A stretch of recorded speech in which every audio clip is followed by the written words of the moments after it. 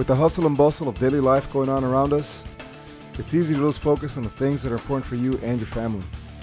I'm Coach Kettlebells, and I'll show you the proper way to exercise and make delicious healthy meals every day. So stay with us as we get closer to the source. Now I'm going to go ahead and I'm going to show you guys how to make the most famous recipe of all, Mexican Pico de Gallo.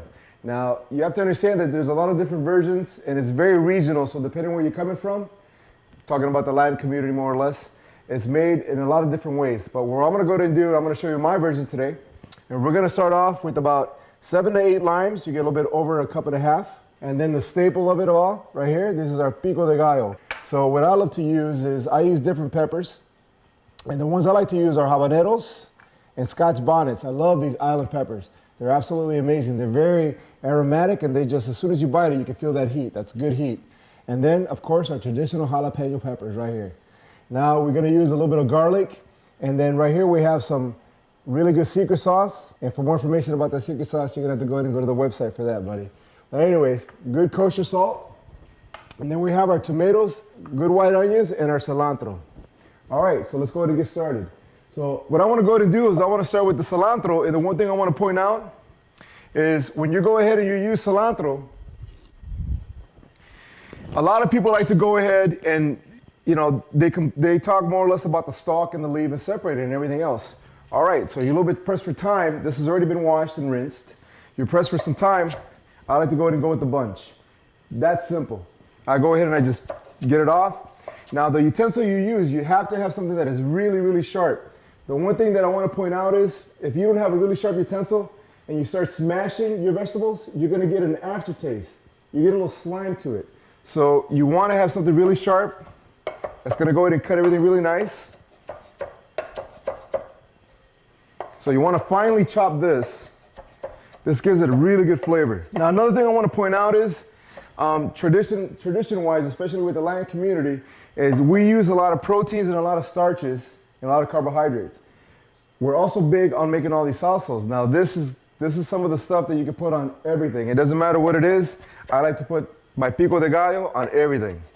From my breakfast to my lunch to my dinner. I could eat this 24/7 once it gets started. It's a great mix of vegetables, and this is where you get your fiber, and this is where you get all your other essential vitamins whatsoever. So there you go, it's pretty good right there.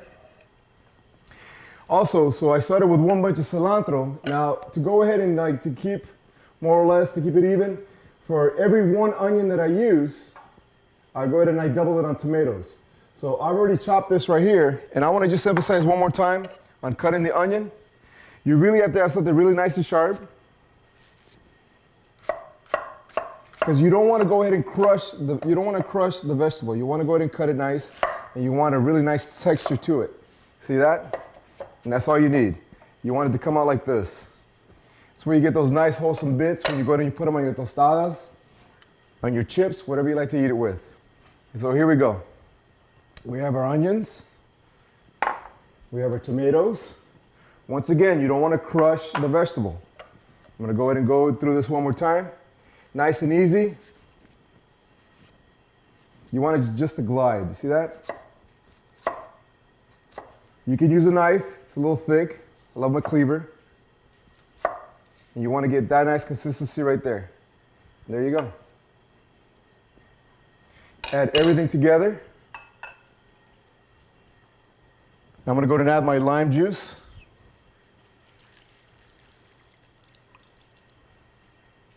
This actually helps to keep also between the peppers and this lime juice right here. This is a really good natural preserve. This actually keeps very well. You can actually keep this for up to 5 days. Now, one thing I want to go ahead and point out, I'm going to go and start with the peppers. As the days go by, you're going to actually notice that the Pico de Gallo gets hotter every single day, believe it or not. What I like to do is I like to go ahead and clean everything out. The one thing I want to go ahead and emphasize on is you have to, if you have them, use your gloves if you want, because you can't get careless and you can't go ahead and start rubbing your eyes or whatever, and you don't want that to happen. This is really hot stuff. I like taking the seeds out and cleaning the skins off every once in a while. Once again, press for time, so I just take off the seeds and then we're going to chop it up.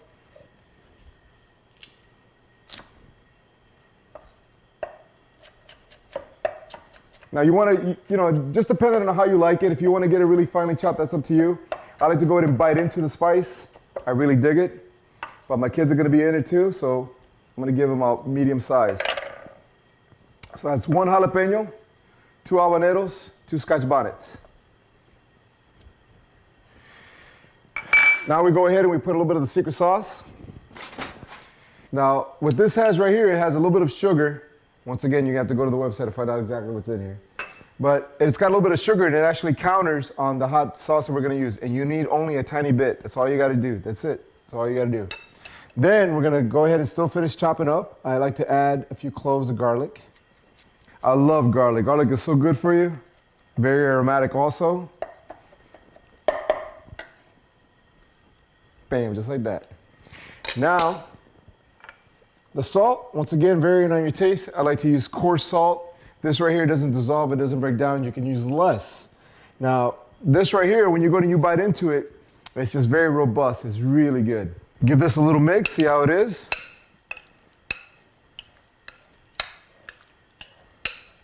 And there you have it, Pico de Gallo. This is very concentrated on acidity and everything else, which complements anything else that you're eating.